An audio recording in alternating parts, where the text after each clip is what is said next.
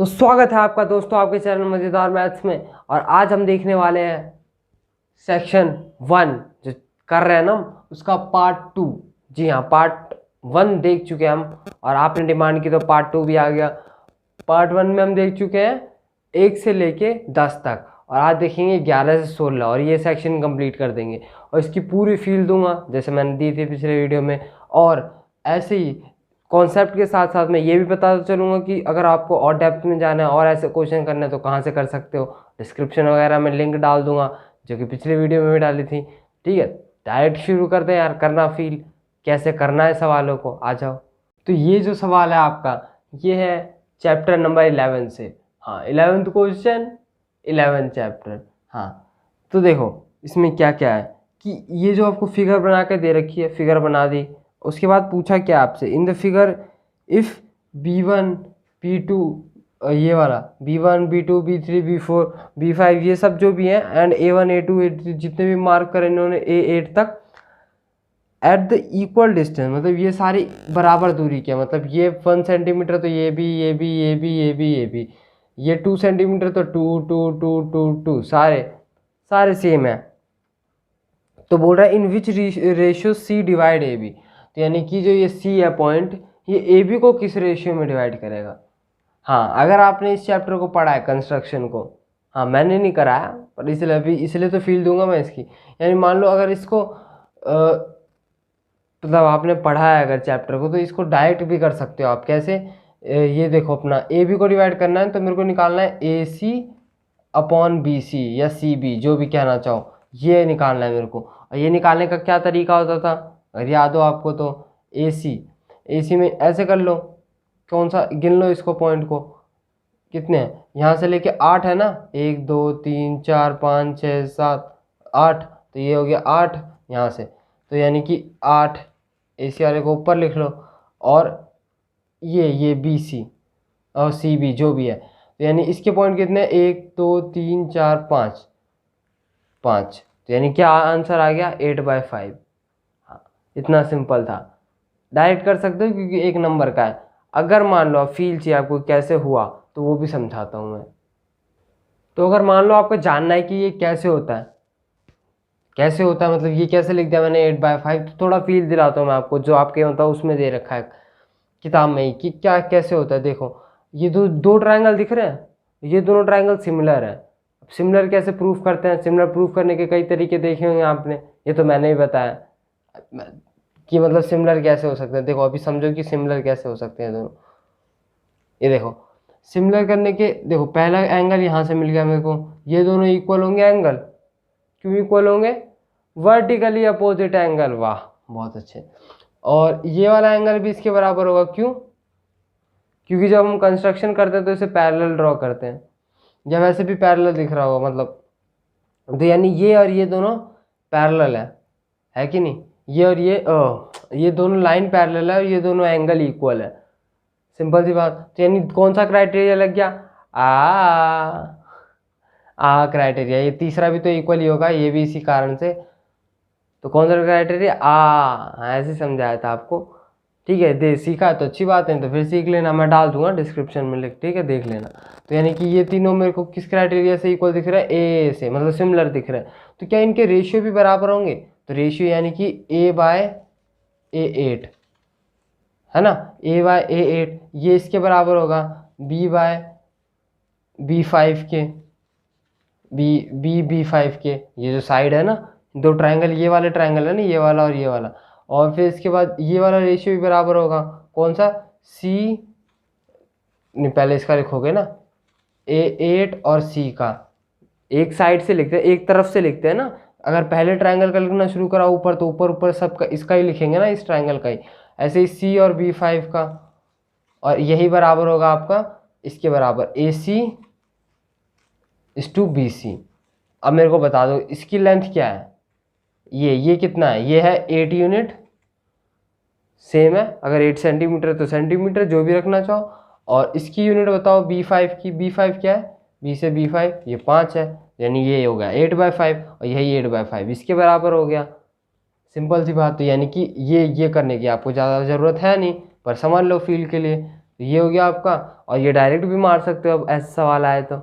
ठीक, अब आगे चलते हैं। देखो तो क्वेश्चन नंबर 12 बहुत ही प्यारा, देखो यार बहुत आसान है यार सच्ची में। हाँ देखो क्या है, समझो ना, सवाल इतना इजी है। Sign A plus cos A 1 दे रखा है। ठीक, इफ़ मतलब इफ़ नहीं है वैसे, ए बराबर अगर दे रखा है ए बराबर 30 डिग्री, जो कि गिवन है, ये दोनों गिवन है आपको, तो हमें क्या बताना है कि B is an acute angle. अगर बी भी एक्यूट एंगल होगा, एक्यूट एंगल यानी कि 0 से 90 के बीच में। ठीक, then find the value of B, तो हमें बी की वैल्यू निकालनी है। आसान है, बहुत आसान। क्या करना है, ए दिया ना, रखो ए को, क्या करोगे, देखोगे थोड़ी, ए को रखो वहाँ पे, तो यानी कि ये साइन 30 हो जाएगा, ए की जगह पे रख दिया आपने, साइन 30 प्लस कॉस बी बराबर 1। तो यहाँ से क्या हो गया आपका, कॉस बी बराबर ये यहाँ माइनस में आएगा ना, चलो एक बार कर लेते हैं। तो ये 30 की वैल्यू बताओ कितनी होती है, कॉस 30 की, ओह सॉरी साइन 30 की। तो एकदम से याद आएगा कई लोगों को, ये होता है 1/2। बहुत अच्छी बात है, याद आ गया तो। यानी कि ये 1/2 यानी कॉस की बी की वैल्यू क्या हो गई, 1 - 1/2। और 1 - 1/2 क्या होगा, 2 एलसीएम लोगे, एक में से आधा घटाओगे तो कितना बचेगा, आधा। यानी कि ओवरऑल कितना बचा, 1/2। माइनस कर लोगे ना इधर लाके, हाँ कर दिया ना मैंने, 2 1 2 -1 1/2। यानी कि इसको भी मेरे को कॉस के उसमें देखना पड़ेगा टर्म्स में, तभी तो एंगल कंपेयर करूँगा मैं। तो यानी कि इसको अगर मैंने कॉस के टर्म्स में देखा तो ये हो जाएगा कॉस, बताओ कितना होता है, 1/2। 1/2 कितना होता है, हाँ सही जा रहे हो, 1/2 होता है 60। तो यानी बी की वैल्यू क्या हो गई, अगर एंगल को कंपेयर कर दूँ इससे तो 60, जो कि एक्यूट भी है। तो दोनों कंडीशन सेटिस्फाई होगी और सवाल समाप्त हो गया। इतना आसान था और क्या। तो यानी कि ये स्टेप हो गए और ये लिख के दिखा दिया मैंने। और इस पर तो भाई सीरीज़ भी बना रखी है, तोड़ उठ रही हो। जी हाँ, प्लेलिस्ट डाल दूंगा, ठीक है, टेंशन मत लो। तो देखना होगा तो देख लेना, इसमें और डेप्थ में चले जाना, मज़ेदार है बिल्कुल। ठीक, तो आगे चलते हैं, आ जाओ। अगला सवाल भी सेम ही है इस पर। तो ये भी सेम सवाल पिछली तरह, हाँ क्वेश्चन नंबर 13 जो पिछले वाले की तरह है, ट्रिग्नोमेट्री का ही है, त्रिकोणमिति का। इसमें देखो मांगा क्या है कि अगर x बराबर ये है, y बराबर ये है, तो बताओ x + y क्या होगा। पुट एंड गेट वाला खेल है, put and get, demand and supply, यानी x + y। तो x + y की वैल्यू डालो, x क्या होगा, 2 sin square theta plus y की वैल्यू बोलो 2 cos square theta plus 1, 2 cos square theta plus 1। अब देखो पहले ही बताया, अभी भी बताता हूँ, जब भी मैथ्स को आसान बनाना है, हर जगह एप्लीकेबल है, जब भी मैथ्स को आसान बनाना है, कान खोल के सुनो, जब भी मैथ्स को आसान बनाना है तो कॉमन खींचना सीखो, कॉमन निकालना सीखो। काफ़ी कैलकुलेशन इजी हो जाती है और ये बिल्कुल ज़बरदस्त तरीका है। ठीक, तो यहाँ से देखो इसमें और इसमें कॉमन क्या आ रहा है, 2, क्या बचा, sine square theta plus cos square theta. लो काम ही ख़त्म हो गया, काम ही खत्म हो गया। क्या बचा, देखो sign square theta plus cos square theta क्या होता है, ये तो याद करके आए होगे, कहीं से भी देखा हो। तो यानी ये होता है 1, तो यानी कि 2 + 1, तो आंसर क्या आ गया, 3। तो समाप्त, यानी x + y क्या आ गया आपका, 3। इजी था ना। तो छोटे छोटे फंडे जो लग रहे हैं, जो बताए भी गए थे आपको, ठीक है, देख लेना। तो अगले क्वेश्चन की तरफ चलो। तो अगला सवाल आपका एरिया रिलेटेड टू सर्कल है। हाँ एरिया रिलेटेड टू सर्कल जो करा होगा आपने, मैंने नहीं कराया अभी, टेंशन मत लो, यहाँ ही सिर्फ फील दूंगा मैं आपको, ये सब बनाया आपके लिए। देखो समझो क्वेश्चन क्या है, समझो सवाल तो देखो, इन अ सर्कल ऑफ डायमीटर 42, देख लो सर्कल है जो 42 का है, आपको बनाने की ज़रूरत नहीं है, मतलब जो पेपर में 1 नंबर का सवाल है, क्योंकि डायरेक्ट फार्मूला बेस्ड है, तो वैसे फार्मूला लगा के भी कर सकते हो, मैंने तो समझाने के लिए बनाया। 42, if an arc subtend an angle of 60 degree, ये जो आर्क है वो 60 डिग्री का एंगल बना रहा है, बता रहा है इसमें। तो हमें क्या करना है, at the centre where pi की वैल्यू बोल दिया 20, then what will be the length of an arc, यानी कि जो ये एंगल बना रहा है ना, तो इसका लेंथ क्या होगा। वैसे तो मेरी जो है उम्मीद है आपको फॉर्मूले की फील होगी, फिर भी मैं थोड़ा समझाने की कोशिश करता हूँ। देखो कैसे होता है कि ये पूरा इसका सरकमफ्रेंस है ना, सरकमफ्रेंस के कुछ पार्ट का अगर निकालना है हमको, तो फॉर्मूला किसका लगता है, सरकमफ्रेंस का ही लगता है। ये सरकमफ्रेंस होता है ना 2πr, हाँ। और अगर एरिया निकालना होता है, एरिया, तो यहाँ पे बस आ जाता है πr², हाँ। और ये क्या है, ये एंगल के लिए आता है, θ/360। ये पूरा का पूरा सर्कल 360 होता है, और 360 में से जो गिवन एंगल है वो ऊपर रखा जाता है। ठीक है, थोड़ी तो फील हो गई होगी, आपको याद आ गया होगा कैसे आता है ये फॉर्मूला।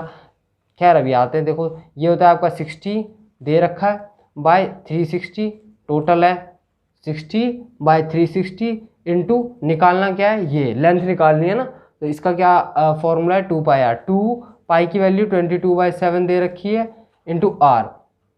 आर क्या हो जाएगा, 42 उसका डायमीटर है, 42 डायमीटर है तो उसका आधा, आधा क्या होता है 42/2, 42/2 यानी 2 दूनी 4 और 1 21, यानी कि ये क्या हो गया इसका डायमीटर रेडियस, तो यानी कि ये रेडियस हो गया। आप सॉल्व कर दो इसको, देखो ये कटा 6 बार में कटा, और कौन कटा भाई, ये देखो ये 3 बार में गया, ये 2 बार में गया, और फिर ये 2 बार में गया, खत्म।